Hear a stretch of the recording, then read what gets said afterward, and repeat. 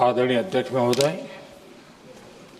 मैं आपका और सदन के सभी माननीय सदस्यों का हृदय से आभार व्यक्त करता हूं कि हमने इस महत्वपूर्ण अवसर पर एक सामूहिक चर्चा का रास्ता चुना है, जिस मंत्र ने, जिस जयघोष ने देश की आजादी के आंदोलन को ऊर्जा दी थी, प्रेरणा दी थी, त्याग और तपस्या का मार्ग दिखाया था, उस वंदे मातरम का पुण्य स्मरण करना इस सदन में हम सबका ये बहुत बड़ा सौभाग्य है। और हमारे लिए गर्व की बात है कि वंदे मातरम के 150 वर्ष निमित्त इस ऐतिहासिक अवसर के हम साक्षी बन रहे हैं।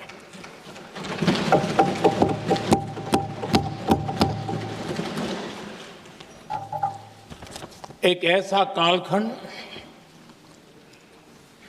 जो हमारे सामने इतिहास की अनगिनत घटनाओं को अपने सामने लेकर के आता है। ये चर्चा सदन की प्रतिबद्धता को तो प्रकट करेगी, लेकिन आने वाली पीढ़ियों के लिए भी, दर पीढ़ी के लिए भी ये शिक्षा का कारण बन सकती है, अगर हम सब मिलकर के इसका सदुपयोग करें तो। आदरणीय अध्यक्ष जी, एक ऐसा कालखंड है जब इतिहास के कई प्रेरक अध्याय फिर से हमारे सामने उजागर हुए हैं। अभी अभी हमने हमारे संविधान के 75 वर्ष गौरवपूर्व मनाए हैं। आज देश सरदार वल्लभ भाई पटेल की और भगवान बिरसा मुंडा की 150वीं जयंती भी मना रहा है। और अभी अभी हमने गुरु तेग बहादुर के 350वां बलिदान दिवस भी मनाया। और आज हम वंदे मातरम की 150 वर्ष निमित्त सदन की एक सामूहिक ऊर्जा को, उसकी अनुभूति करने का प्रयास कर रहे हैं। वंदे मातरम 150 वर्ष की यात्रा अनेक पड़ावों से गुजरी है, लेकिन आदरणीय अध्यक्ष जी, वंदे मातरम का जब 50 वर्ष हुए तब देश गुलामी में जीने के लिए मजबूर था। और वंदे मातरम के 100 साल हुए तब देश आपातकाल की जंजीरों में जकड़ा हुआ था।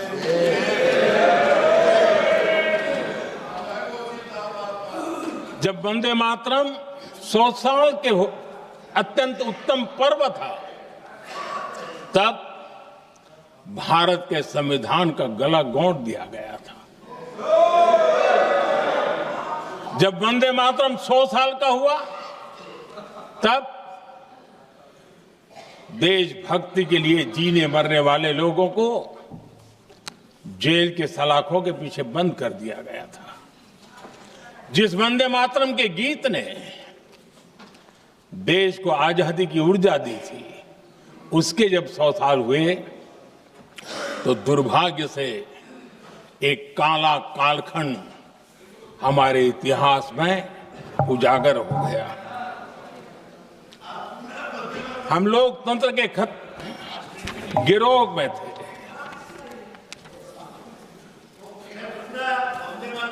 आदरणीय अध्यक्ष जी, 150 वर्ष उस महान अध्याय को,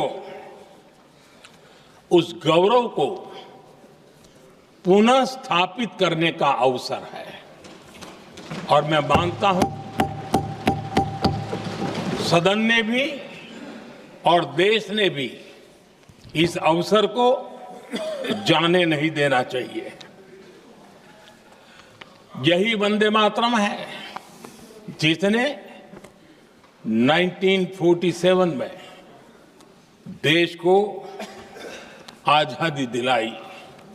स्वतंत्रता संग्राम का भावात्मक नेतृत्व इस वंदे मातरम के जयघोष में था। आदरणीय अध्यक्ष जी, आपके समक्ष आज जब मैं वंदे मातरम 150 निमित्त चर्चा के लिए आरंभ करने खड़ा हुआ हूं, यहां कोई पक्ष प्रतिपक्ष नहीं है, क्योंकि हम सब यहां जो बैठे हैं एक्चुअली हमारे लिए रण स्वीकार करने का अवसर है कि जिस वंदे मातरम के कारण लक्षावधि लोग आजादी का आंदोलन चला रहे थे और उसी का परिणाम है कि आज हम सब यहां बैठे और इसलिए हम सभी सांसदों के लिए, हम सभी जनप्रतिनिधियों के लिए वंदे मातरम के रण स्वीकार करने का ये पावन पर्व है।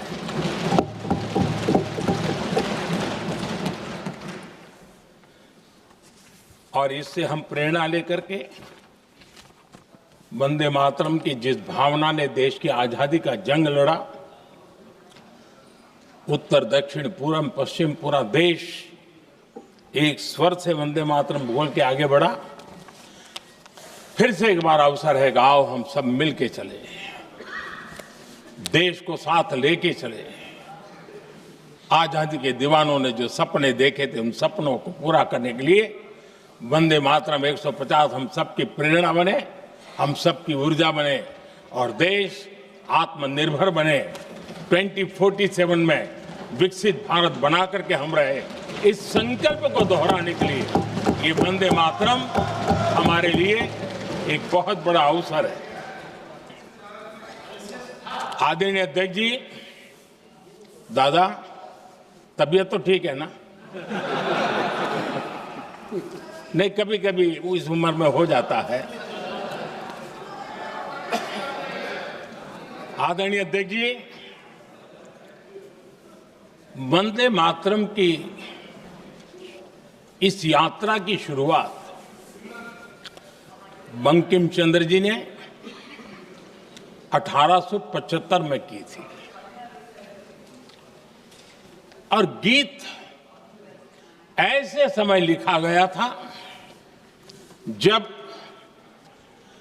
1857 के स्वातंत्र संग्राम के बाद अंग्रेज सल्तनत बौखलाई हुई थी, भारत पर भांति भांति के दबाव डाल रही थी, भांति भांति के जुल्म कर रही थी और भारत के लोगों को मजबूर किया जा रहा था अंग्रेजों के द्वारा। और उस समय उनका जो राष्ट्रीय गीत था, गॉड सेव द क्वीन, इसको भारत में घर घर पहुंचाने का एक षड्यंत्र चल रहा था। ऐसे समय बंकिम दा ने चुनौती दी और ईंट का जवाब पत्थर से दिया और उसमें से वंदे मातरम का जन्म हुआ।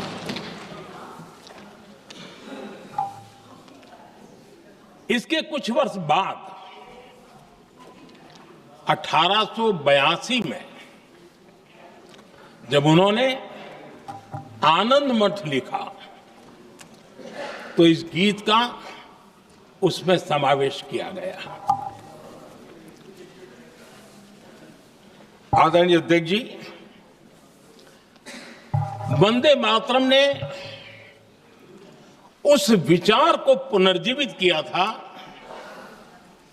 जो हजारों वर्ष से भारत की रग रग में रचा बसा था। उसी भाव को, उसी संस्कारों को, उसी संस्कृति को, उसी परंपरा को उन्होंने बहुत ही उत्तम शब्दों में, उत्तम भाव के साथ वंदे मातरम के रूप में हम सबको बहुत बड़ी सौगात दी थी। वंदे मातरम ये सिर्फ केवल राजनीतिक आजादी की लड़ाई का मंत्र नहीं था। सिर्फ हम अंग्रेज जाए और हम खड़े हो जाएं, अपने राह पर चले, इतने मात्र तक वंदे मातरम प्रेरित नहीं करता था, उससे कहीं आगे था। आजादी की लड़ाई इस मातृभूमि को मुक्त कराने का भी जंग था। अपनी मां भारती को उन बेड़ियों से मुक्ति दिलाने का एक पवित्र जंग था। और वंदे मातरम की पृष्ठभूमि हम देखें, उसके संस्कार सरिता देखें, तो हमारे यहां वेद काल से एक बात बार बार हमारे सामने आई है। जब वंदे मातरम कहते हैं तो वही वेद काल की बात हमें याद आती है। वेद काल से कहा गया है, माता भूमि ही पुत्रो अहम पृथिव्याः, अर्थात ये भूमि मेरी माता है और मैं पृथ्वी का पुत्र हूं। आदरणीय अध्यक्ष जी, यही वो विचार है जिसको प्रभु श्री राम ने भी लंका के वैभव को छोड़ते हुए कहा था, जननी जन्मभूमिश्च स्वर्गादपि गरीयसी।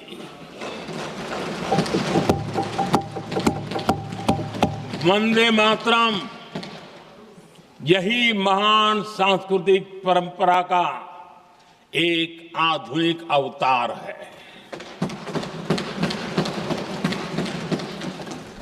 आदरणीय अध्यक्ष जी, बंकिम दा ने जब वंदे मातरम की रचना की तो स्वाभाविक ही वो स्वतंत्रता आंदोलन का स्वर बन गया। पूरब से पश्चिम, उत्तर से दक्षिण, वंदे मातरम हर भारतीय का संकल्प बन गया।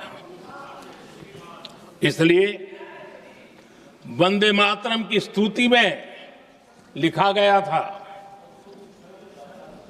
मातृभूमि स्वतंत्रता की वेदिका पर मदोमय, मातृभूमि स्वतंत्रता की वेदिका पर मोदमय, स्वार्थ का बलिदान है यह शब्द है वंदे मातरम। है सजीवन मंत्र भी, यह विश्व विजयी मंत्र भी, शक्ति का आह्वान है यह शब्द वंदे मातरम।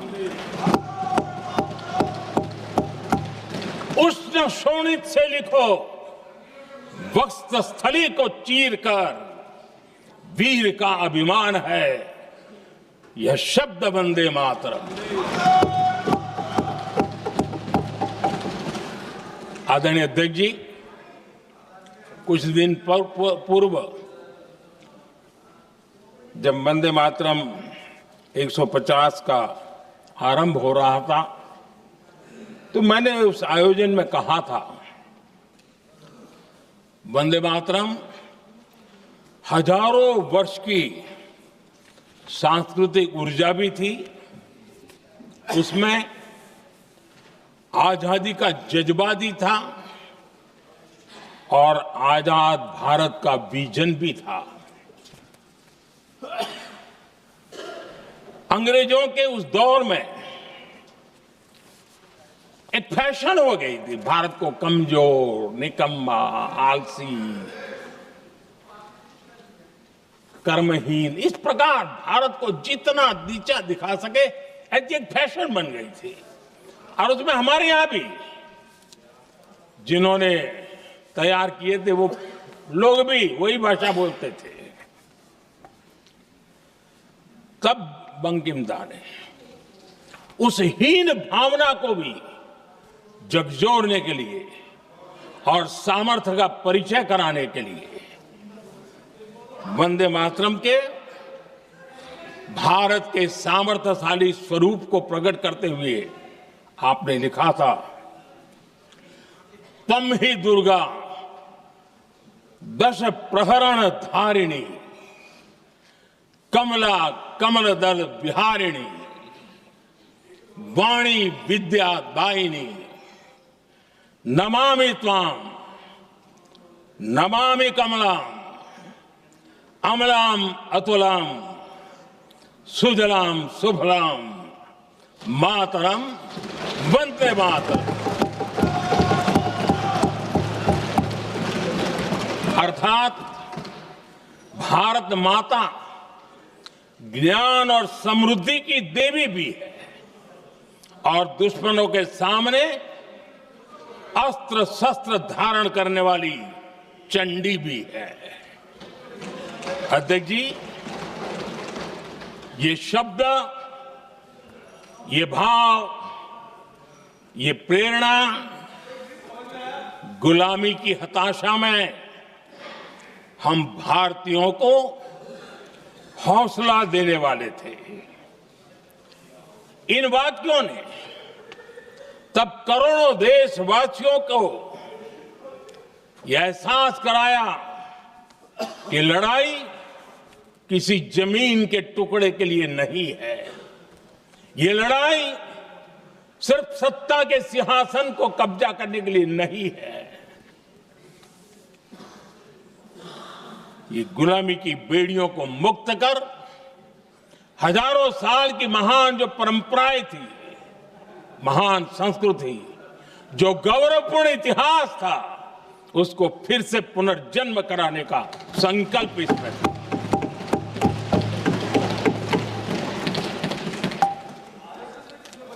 आदरणीय अध्यक्ष जी,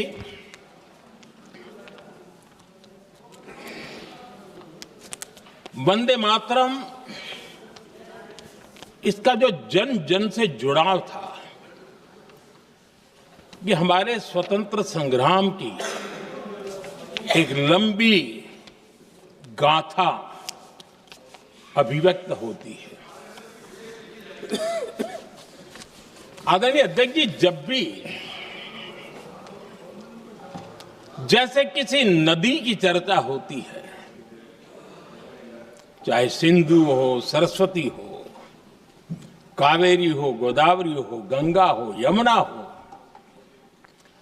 उस नदी के साथ एक सांस्कृतिक धारा प्रवाह, एक विकास यात्रा का धारा प्रवाह, एक जन जीवन की यात्रा का प्रवाह उसके साथ जुड़ जाता है। लेकिन क्या कभी किसी ने सोचा है कि आजादी जंग के हर पड़ाव, वो पूरी यात्रा वंदे मातरम की भावनाओं से गुजरता था, उसके तट पर पल्लवित होता था। ऐसा भाव काव्य शायद दुनिया में कहीं उपलब्ध नहीं होगा। आदरणीय अध्यक्ष जी,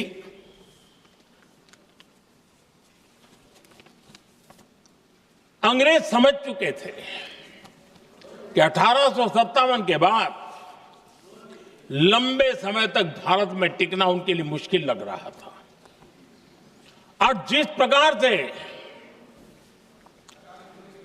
वो अपने सपने लेकर के आए थे, तब उनको लगा कि जब तक भारत को बांटेंगे नहीं, जब तक भारत को टुकड़ों में नहीं बांटेंगे, भारत में ही लोगों को एक दूसरे से लड़ाएंगे नहीं, तब तक यहां राज करना मुश्किल है। और अंग्रेजों ने बांटो और राज करो इस रास्ते को चुना और उन्होंने बंगाल को इसकी प्रयोगशाला बनाया, क्योंकि अंग्रेज भी जानते थे वो एक वक्त था जब बंगाल का बौद्धिक सामर्थ्य देश को दिशा देता था, देश को ताकत देता था, देश को प्रेरणा देता था। और इसलिए अंग्रेज भी चाहते थे कि बंगाल का ये जो सामर्थ्य है वो पूरे देश की शक्ति का एक प्रकार से केंद्र बिंदु है।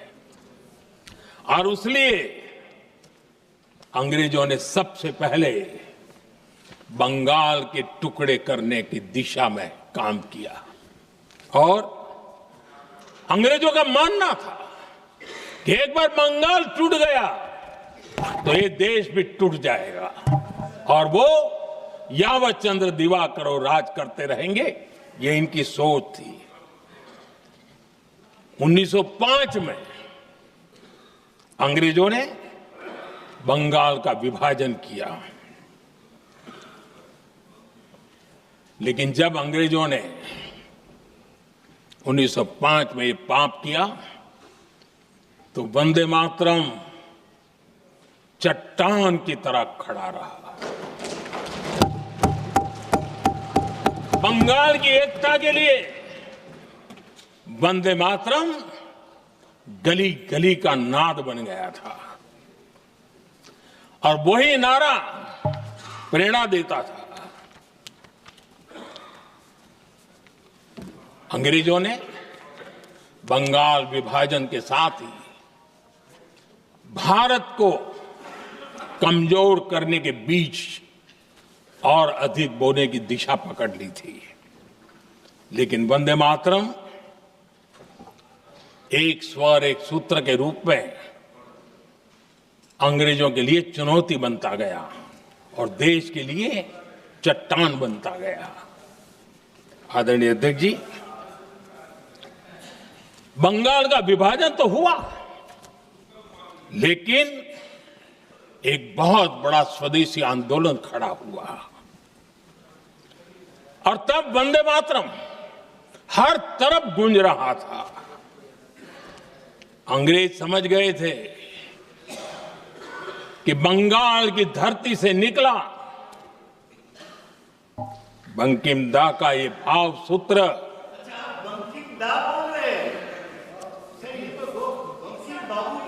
बंकिम बाबू बोले। अच्छा, thank you thank you thank you thank you thank you, आपकी भावनाओं के लिए मैं आदर करता हूं। बंकिम बाबू ने थैंक यू दादा, थैंक यू। हाँ, आपको तो दादा कह सकता हूं ना, वरना उसमें भी आपको इतराज हो जाएगा। बंकिम बाबू ने ये जो भाव विश्व तैयार किया था, उनके भाव गीत के द्वारा उन्होंने अंग्रेजों को हिला दिया और अंग्रेजों ने देखिए कितनी कमजोरी होगी और इस गीत की ताकत कितनी होगी। अंग्रेजों ने उसको कानूनी रूप से प्रतिबंध लगाने के लिए मजबूर होना पड़ा था। गाने पर सजा, छापने पर सजा, इतना ही नहीं वंदे मातरम शब्द बोलने पर भी सजा। इतने कठोर कानून लागू कर दिए गए थे। हमारे देश की आजादी के आंदोलन में सैकड़ों महिलाओं ने नेतृत्व किया, लक्षावधि महिलाओं ने योगदान दिया। एक घटना का मैं जिक्र करना चाहता हूं। 22 साल में वंदे मातरम गाने पर सर्वाधिक जुल्म हुए थे। वो बारिशाल आज भारत का हिस्सा नहीं रहा है और उस समय बारिशाल की हमारी माताएं, बहनें, बच्चे मैदान में उतरी थी वंदे मातरम के स्वाभिमान के लिए। इस प्रतिबंध के विरोध में लड़ाई के मैदान में उतरी थी और तब बारिशाल की एक वीरांगना श्रीमती सरोजिनी बोस, जिन्होंने उस जमाने में वहां की भावना को देखिए और उन्होंने कहा था कि वंदे मातरम जो प्रतिबंध लगा है, जब तक ये प्रतिबंध नहीं हटता है मैं अपनी चूड़ियां जो पहनती हूं निकाल दूंगी। भारत में वो एक जमाना था, चूड़ी निकालना यानी महिला के जीवन की एक बहुत बड़ी घटना हुआ करती, लेकिन उनके लिए वंदे मातरम की वो भावना थी। उन्होंने अपनी सोने की चूड़ियां, जब तक वंदे मातरम प्रतिबंध नहीं हटेगा मैं दोबारा नहीं धारण करूंगी, ऐसा बड़ा व्रत ले लिया था। हमारे देश के बालक भी पीछे नहीं रहे थे। उनको कोड़े की सजा होती थी, छोटी छोटी उम्र में उनको जेल में बंद कर दिया जाता। और उन दिनों खास करके बंगाल की गलियों में लगातार वंदे मातरम के लिए प्रभात फेरियां निकलती थी। अंग्रेजों के नाको दम कर दिया था। और उस समय गीत गूंजता था बंगाल में, जाए जाबे जीवोनो चोले, जाए जाबे जीवोनो चोले, जोगो तो माजे तोमार काजे वंदे मातरम बोले। अर्थात हे मां, संसार में तुम्हारा काम करते और वंदे मातरम कहते जीवन भी चला जाए तो वो जीवन भी धन्य है। ये बंगाल की गलियों में बच्चे कह रहे हैं। ये गीत उन बच्चों की हिम्मत का स्वर था और उन बच्चों की हिम्मत ने देश को हिम्मत दी थी। बंगाल की गलियों से निकली आवाज देश की आवाज बन गई थी।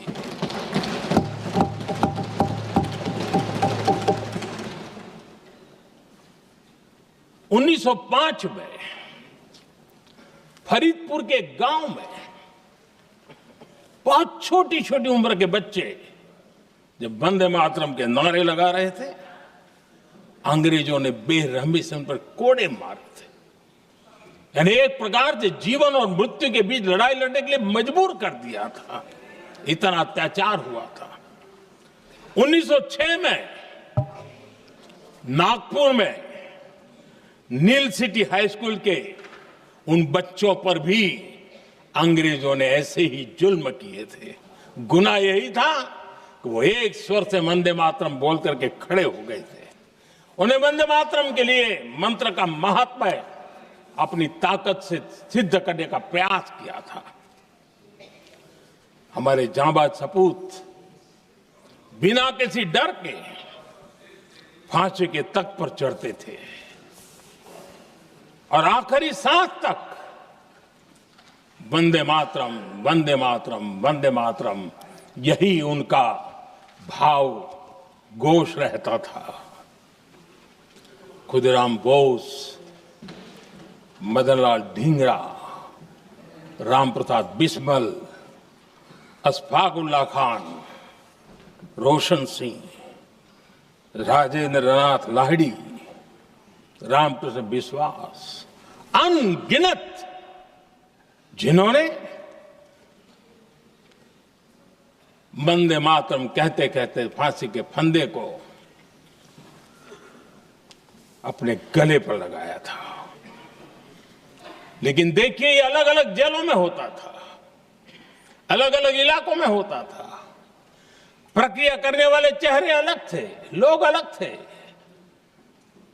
जिन पर जुल्म हो रहा था उनकी भाषा भी अलग थी, लेकिन एक भारत श्रेष्ठ भारत, इन सब का मंत्र एक ही था, वंदे मातरम।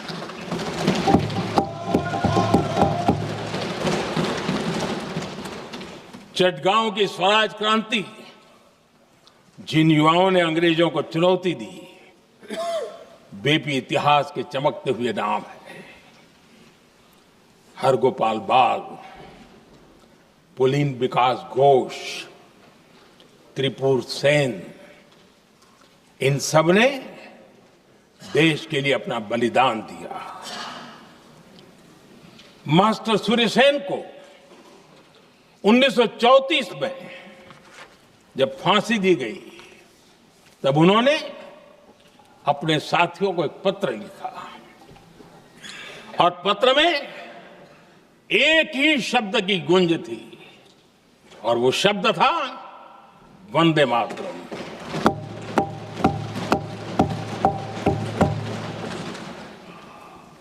आदरणीय अध्यक्ष जी, हम देशवासियों को गर्व होना चाहिए। दुनिया के इतिहास में कहीं पर भी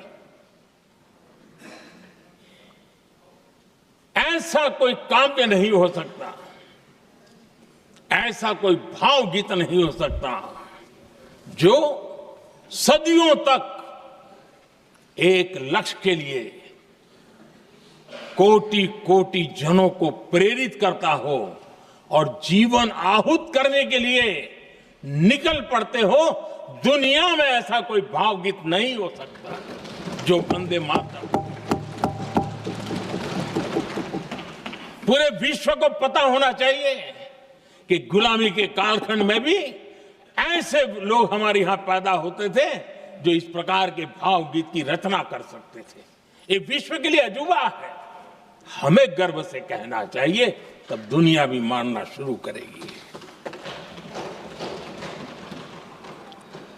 ये हमारी स्वतंत्रता का मंत्र था, ये बलिदान का मंत्र था, ये ऊर्जा का मंत्र था, ये सात्विकता का मंत्र था, ये समर्पण का मंत्र था, ये त्याग और तपस्या का मंत्र था, संकटों को सहने का सामर्थ्य देने का ये मंत्र था, और वो मंत्र वंदे मातरम था। और इसलिए गुरुदेव रविंद्रनाथ टैगोर ने लिखा था, उन्होंने लिखा था, एकी सूत्रे बांधी आछी सोहोस्टोटी मौन, एक ही कार्य सौंपी आची सहस्त्र जीवन, वंदे मातरम। अर्थात एक सूत्र में बंधे हुए सहस्त्र मन, एक ही कार्य में अर्पित सहस्त्र जीवन, वंदे मातरम। ये रविंद्रनाथ टैगोर जी ने लिखा। आदरणीय अध्यक्ष जी, उसी कालखंड में वंदे मातरम की रिकॉर्डिंग दुनिया के अलग अलग भागों में पहुंची और लंदन में जो क्रांतिकारियों की एक प्रकार से तीर्थ भूमि बन गया था, वो लंदन का इंडिया हाउस, वीर सावरकर जी ने वहां वंदे मातरम गीत, और वहां ये गीत बार बार गूंजता था। देश के लिए जीने मरने वालों के लिए वो एक बहुत बड़ा प्रेरणा का अवसर रहता था। उसी समय बिपिन चंद्र पाल और महर्षि अरविंद घोष, उन्होंने अखबार निकाले, उस अखबार का नाम भी उन्होंने वंदे मातरम रखा। यानी डगर डगर पर अंग्रेजों की नींद हराम करने के लिए वंदे मातरम काफी हो जाता था, और इसलिए उन्होंने इस नाम रखा। अंग्रेजों ने अखबारों पर रोक लगा दी, तो मैडम भिकाजी कामा ने पेरिस में एक अखबार निकाला और उसका नाम उन्होंने वंदे मातरम रखा। आदरणीय अध्यक्ष जी, वंदे मातरम ने भारत को स्वावलंबन का रास्ता भी दिखाया। उस समय माचिस की डिबिया, मैच बॉक्स, वहां से लेकर के बड़े बड़े शिप, उस पर भी वंदे मातरम लिखने की परंपरा बनी और बाहरी कंपनियों को चुनौती देने का एक माध्यम बन गया, स्वदेशी का एक मंत्र बन गया। आजादी का मंत्र स्वदेशी के मंत्र की तरफ विस्तार होता गया। आदरणीय अध्यक्ष जी, मैं एक और घटना का जिक्र भी करना चाहता हूं। 1907 में जब वीओ चिदम्बरम पिल्लाई उन्होंने स्वदेशी कंपनी का जहाज बना तो उस पर भी लिखा था वंदे मातरम।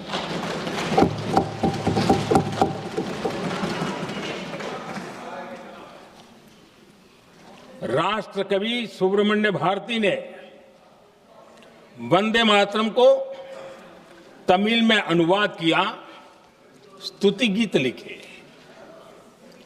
उनके कई तमिल देशभक्ति गीतों में वंदे मातरम की श्रद्धा साफ साफ नजर आती है। शायद सभी लोगों को, हो सकता है तमिलनाडु के लोगों को पता हो, लेकिन सभी लोगों को ये बात का पता न हो कि भारत का ध्वज गीत वी सुब्रमण्यम भारती ने ही लिखा था।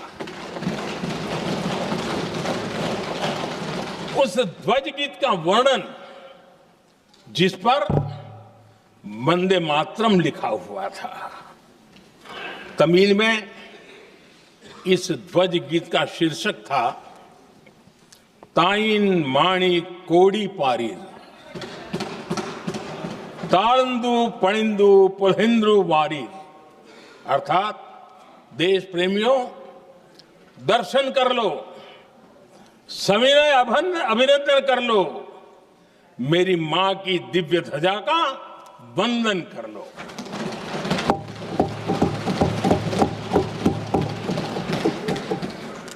आदरणीय अध्यक्ष महोदय, मैं आज इस सदन में वंदे मातरम पर महात्मा गांधी की भावनाएं क्या थी वो भी रखना चाहता हूं। दक्षिण अफ्रीका से प्रकाशित एक साप्ताहिक पत्रिका निकलती थी, इंडियन ओपिनियन, और इस इंडियन ओपिनियन में महात्मा गांधी ने 2 दिसंबर 1905 जो लिखा था उसको मैं कोट कर रहा हूं। उन्होंने लिखा था, महात्मा गांधी ने लिखा था, गीत वंदे मातरम जिसे बंकिम चंद्र ने रचा है, पूरे बंगाल में अत्यंत लोकप्रिय हो गया है। स्वदेशी आंदोलन के दौरान बंगाल में विशाल सभाएं हुई जहां लाखों लोग इकट्ठा हुए और बंकिम का यह गीत गाया। गांधी जी आगे लिखते हैं, ये बहुत महत्वपूर्ण है।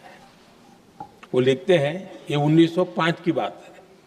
उन्होंने लिखा, यह गीत इतना लोकप्रिय हो गया है जैसे ये हमारा नेशनल एंथम बन गया है।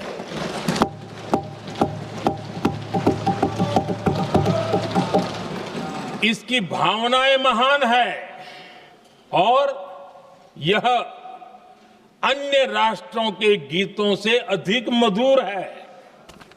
इसका एकमात्र उद्देश्य हम में देशभक्ति की भावना जगाना है। यह भारत को मां के रूप में देखता है और उसकी स्तुति करता है। अध्यक्ष जी, जो वंदे मातरम 1905 में महात्मा गांधी को नेशनल एंथम के रूप में दिखता था, देश के हर कोने में, हर व्यक्ति के जीवन में जो भी देश के लिए जीता जानता, देश के लिए जागता था, उन सब के लिए वंदे मातरम की ताकत बहुत बड़ी थी। वंदे मातरम इतना महान था, जिसकी भावना इतनी महान थी, तो फिर पिछली सदी में इसके साथ इतना बड़ा अन्याय क्यों हुआ?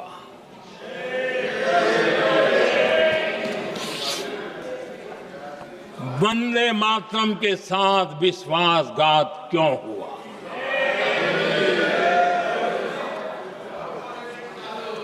ये अन्याय क्यों हुआ? वो कौन सी ताकत थी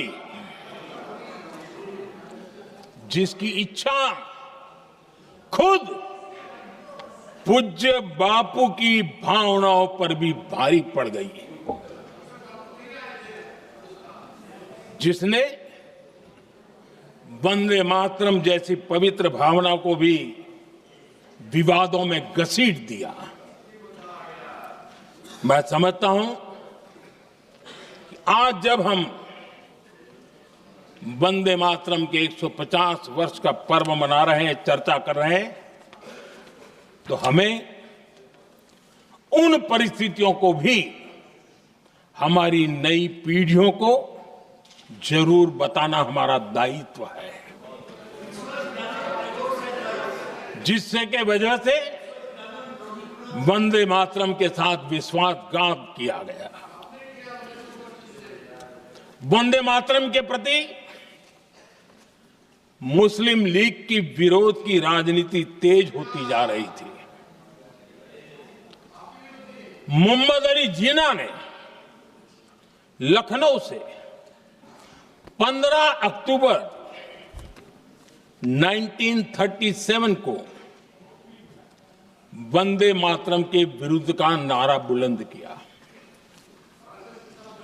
फिर कांग्रेस के तत्कालीन अध्यक्ष जवाहरलाल नेहरू को अपना सिंहासन डोलता दिखा। बजाय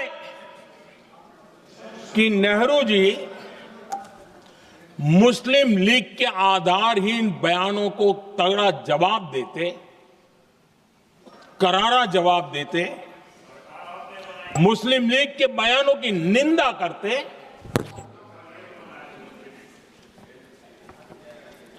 और वंदे मातरम के प्रति खुद की भी और कांग्रेस पार्टी की भी निष्ठा को प्रकट करते,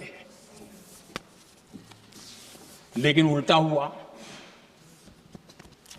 वो ऐसा क्यों कर रहे, वो तो पूछा ही नहीं, न जाना, लेकिन उन्होंने वंदे मातरम की ही पड़ताल शुरू कर दी। जिन्ना के विरोध के 5 दिन बाद ही 20 अक्टूबर को नेहरू जी ने नेताजी सुभाष बाबू को चिट्ठी लिखी। उस चिट्ठी में जिन्ना की भावना से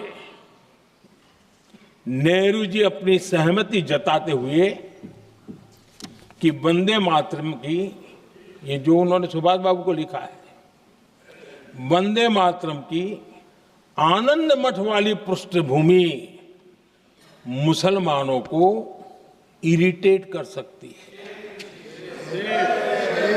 मैं नेहरू जी का कोट पढ़ता हूं।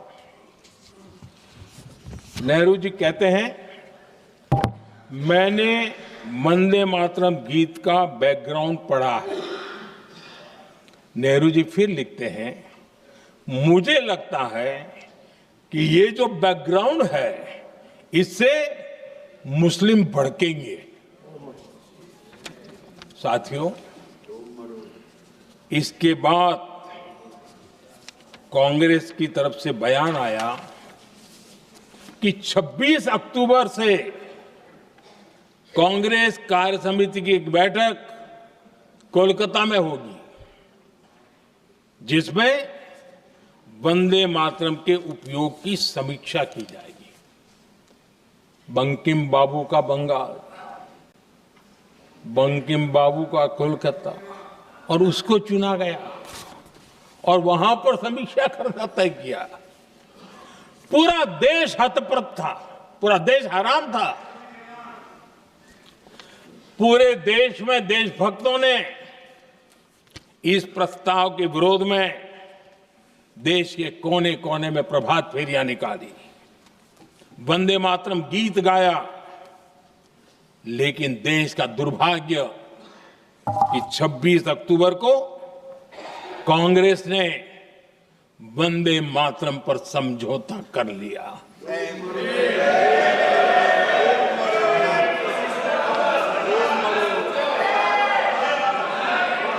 वंदे मातरम के टुकड़े करने के फैसले में, वंदे मातरम के टुकड़े कर दिए।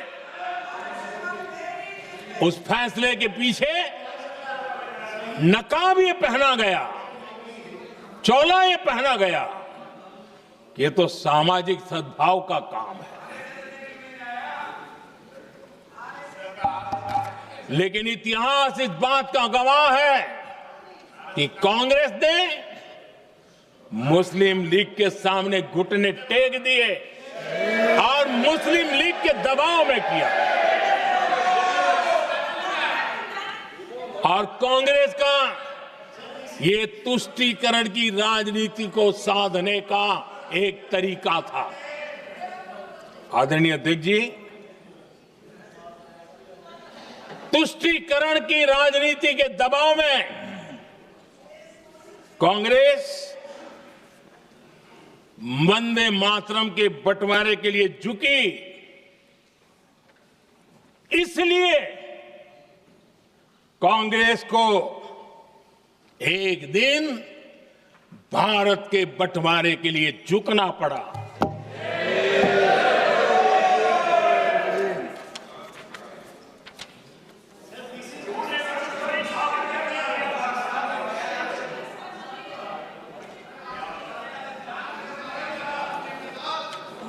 मुझे लगता है कांग्रेस ने आउटसोर्स कर दिया है।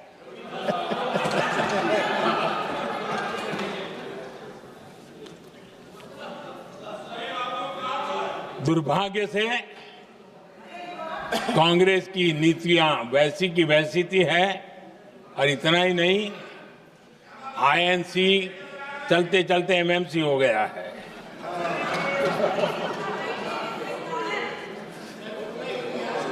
आज भी कांग्रेस और उसके साथी और जिन जिन के नाम साथ कांग्रेस जुड़ा हुआ है, सब वंदे मातरम पर विवाद खड़ा करने की कोशिश करते हैं। आदरणीय अध्यक्ष महोदय, किसी भी राष्ट्र का चरित्र, उसकी जीवटता, उसके अच्छे कालखंड से ज्यादा जब चुनौतियों का कालखंड होता है, जब संकटों का कालखंड होता है, तब प्रकट होती है, उजागर होती है और सच्चे अर्थ में कसौटी से कसी जाती है। जब कसौटी का काल आता है, तब ही ये सिद्ध होता है कि हम कितने दृढ़ हैं, कितने सशक्त हैं, कितने सामर्थ्यवान हैं। 1947 में देश आजाद होने के बाद देश की चुनौतियां बदली, देश की प्राथमिकताएं बदली, लेकिन देश का चरित्र, देश की जीवटता वही रही, वही प्रेरणा मिलती रही। भारत पर जब जब संकट आए, देश हर बार वंदे मातरम की भावना के साथ आगे बढ़ा।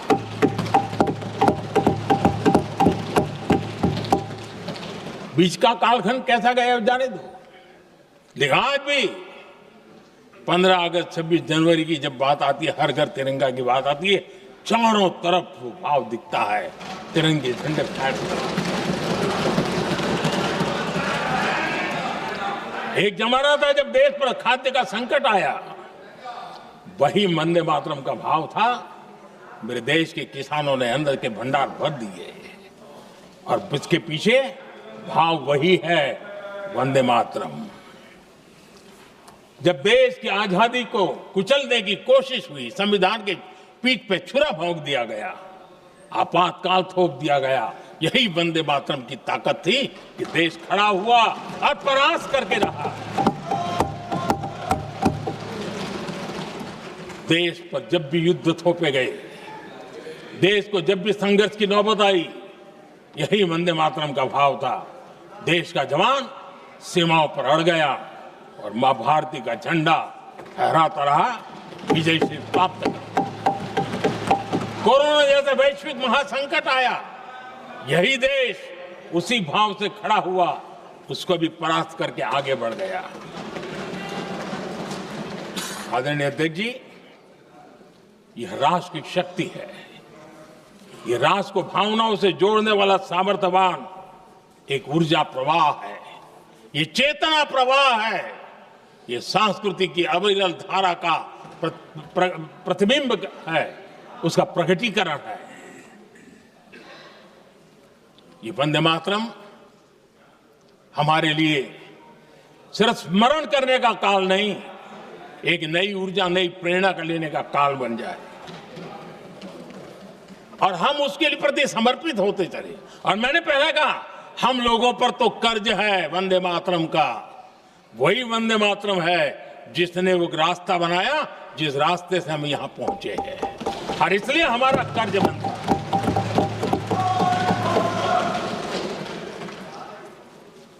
भारत हर चुनौतियों को पार करने में सामर्थ है। वंदे मातरम के भाव की वो ताकत है। वंदे मातरम ये सिर्फ गीत या भावगीत नहीं, ये हमारे लिए प्रेरणा है। राष्ट्र के प्रति कर्तव्यों के लिए हमें झकझोरने वाला काम है और इसलिए हमें निरंतर इसको करते रहना होगा। हम आत्मनिर्भर भारत का सपना लेकर के चल रहे हैं, इसको पूरा कर रहा है। वंदे मातरम हमारी प्रेरणा है। हम स्वदेशी आंदोलन को ताकत देना चाहते हैं। समय बदला होगा, रूप बदले होंगे, लेकिन पूज्य गांधी ने जो भाव व्यक्त किया था, उस भाव की ताकत आज भी मौजूद है और वंदे मातरम हमें जोड़ता है। देश के महापुरुषों का सपना था स्वतंत्र भारत का। देश की आज की पीढ़ी का सपना है समृद्ध भारत का। आजाद भारत का सपने को सिंचा था वंदे भारत की भावना है, वंदे मातरम की भावना ने। समृद्ध भारत के सपने को सिंचेगा वंदे मातरम की भावना। उसी भावना को लेकर के हमें आगे चलना है और हमें आत्मनिर्भर भारत बनाना। 2047 में देश विकसित भारत बन के रहे। अगर आजादी के 50 साल पहले कोई आजाद भारत का सपना देख सकता था, तो 25 साल पहले हम भी तो समृद्ध भारत का सपना देख सकते हैं, विकसित भारत का सपना देख सकते हैं और इस सपने के लिए अपने आप को खपा भी सकते हैं। इसी मंत्र, इसी संकल्प के साथ वंदे मातरम हमें प्रेरणा देता रहे।